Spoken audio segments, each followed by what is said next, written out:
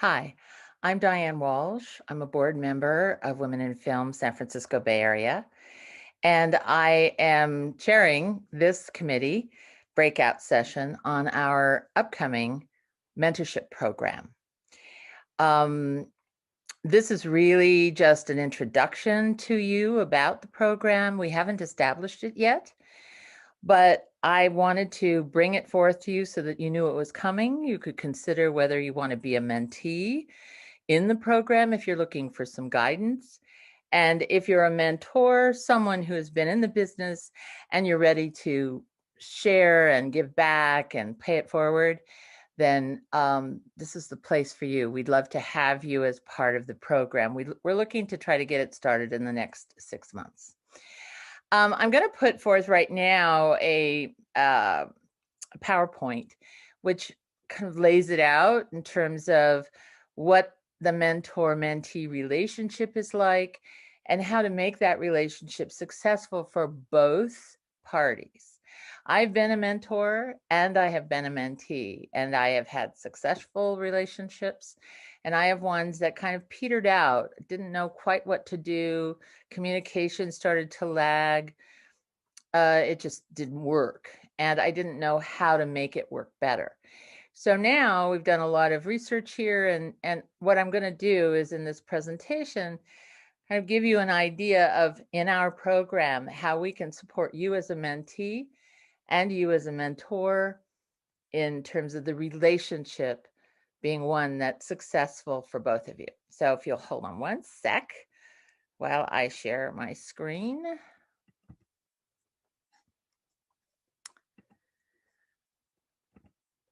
And here we are. I'm going to go back. I should have started at the beginning. Anyway, here we are. This is our logo. And again, I for those of you who are in my group, this will be a little bit repetitive. For those of you who were not, I hope that it helps you understand what's coming. So this is really about how to build a mentor-mentee creative relationship into one that benefits both parties. When you're considering being a mentor, one of the things is to really ask yourself some questions. And I've written a few things here like, why? What's in it for me? What's my goal as a mentee? What would make me feel good about being helpful to someone who is trying to make it in our business? In which areas of the business do you feel the most comfortable? How available do you want to be? What are your boundaries? Really kind of being clear with yourself what you're offering, because when they come to you, you have every right to kind of say what your limits are, what your boundaries are, what you aren't interested in doing, what you what is okay, and listening to them and to seeing what it is that they want. And you're not in this relationship to solve a mentee's problems. You're here to give them support and to help them achieve whatever goals they set. So while you're asking yourself those questions, mentor, mentees, you should be asking yourself some questions too. What are my goals? Don't go into a first meeting going, oh, I don't know what I want, or just having this idea, oh, I want to direct a feature film someday.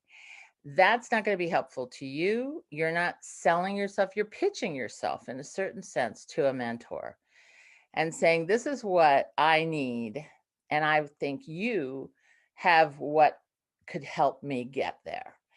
And so you have to kind of sell that goal. But if you don't know what it is, you can't sell it. So these questions are things to ask you. What are my goals? Do I need to do A and B before I can do C? Which one matters to me the most? And to make sure that your goal is for you. It's not because your parents want you to, your school said you should,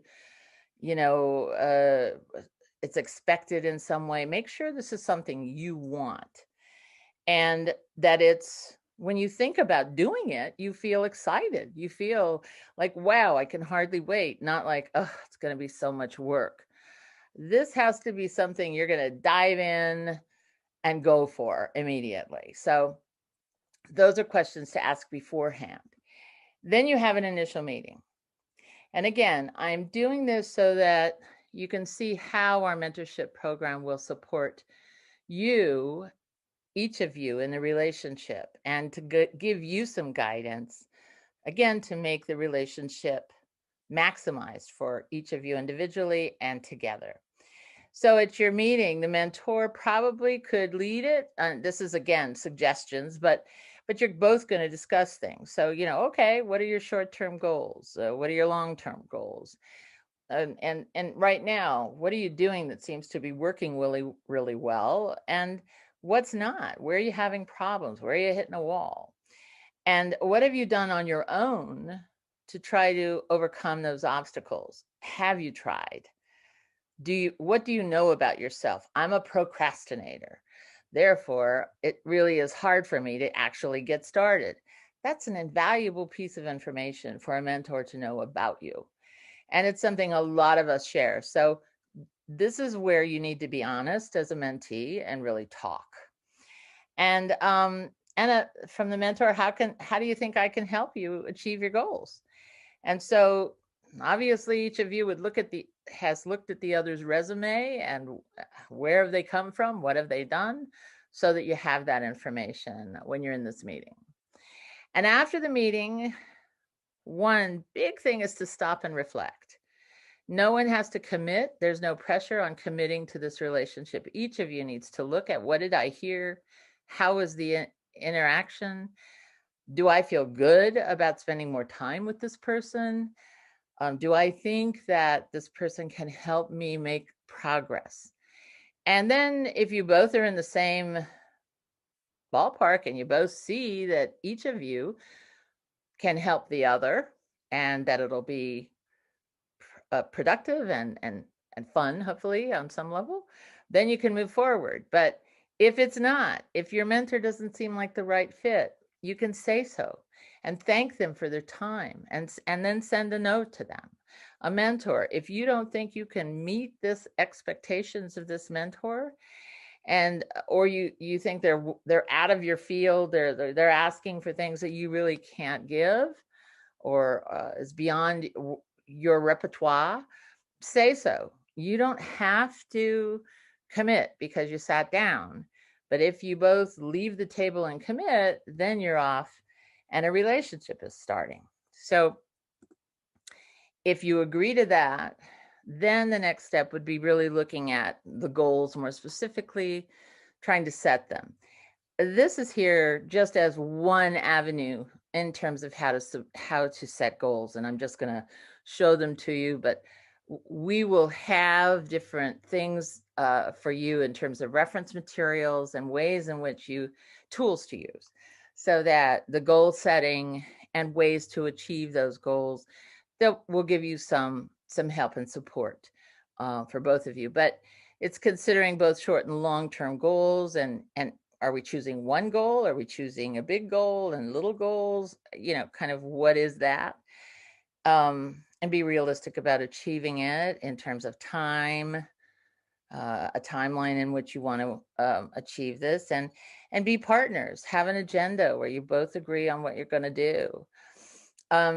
There's ways to set up goals too, and this is a method that's been used by a lot of people. I just kind of adapted it here. But there's different types of goals. There's specific goal to pursue. There's small little goals that can help support a bigger goal. There's attainable goals, like I want to be a director, or I want to be an editor here. Have you discussed the possibility in the area where you want to go? Are they looking for editors? Do they need a certain type of editor? What have you looked at in terms of the probability of you getting a job? And is it relevant to how you want to work as a mentee? Do you like working alone? Do you prefer being with people? If you're pursuing a goal that is solitary and you are a people person and you hadn't really thought about that, this could become problematic. It doesn't mean it can't be overcome, but you got to take it into consideration. And then time-based goals. Sometimes I really like to say, in 3 months, I'm going to do this. I'm going to take a 6-month editing course, and I find one, and in 6 months I've completed that. Time lets me kind of know how long it's going to take me and when I begin, and I know when I'm going to end, and that helps me. So those type of goals are important for me, and small little ones are important for me. Those kind of things are more achievable, and I respond to them. But you would find out which ones you really kind of lean toward. And then assessing goal progress. At some point, you would need to sit down together and really look and see, how is the mentee doing? Is the process that you're using working well? Are you meeting enough? Do you need to meet a little bit more? Does the mentee need to be able to ask more questions? As a mentor, do you have to give a little more time? How is it going? And to be really honest, because this is a point at which you can stop again. You don't have to continue if it's not working, but if it is working, and it could work better because you have thought about ways in which, how about if we tried this, and oh, I'd like to do this, or by this point, your ease with each other and talking would be a little bit more, and you could try to do some more things together. And to approach it, just take a little breather and say, well, let's try it from this angle. So that's another stop and reflect. And then really to maintain this relationship, what I found was that you got to keep track of each other. Mentor, keep track of where your mentee is and ask questions and kind of check in, keep the connection on some sort of regular basis. Could be just an email if you don't want a conversation on the phone. But if it's email, answer that email. If your mentor writes to you and you haven't done what you said you were going to do, don't just blow her off. Tell her, you know what? I didn't do it. My procrastination got the best of me. I need some help. And then you can get together and work on that. So you contribute to the relationship. Sometimes that just means you find an article, you know that a speaker's going to be talking, there's a panel on something, you share the information with each other. And sometimes you need to adjust the plan, and so you do. Just be real, honest, tactful, be present, and learn from each other. And if you're doing all those things, you're going to have a good time, and goals are going to be accomplished, and a mentor is going to feel like you gave back, and a mentee is going to be thankful for that guidance. And when they receive their Emmy or their Oscar someday, we'll thank you.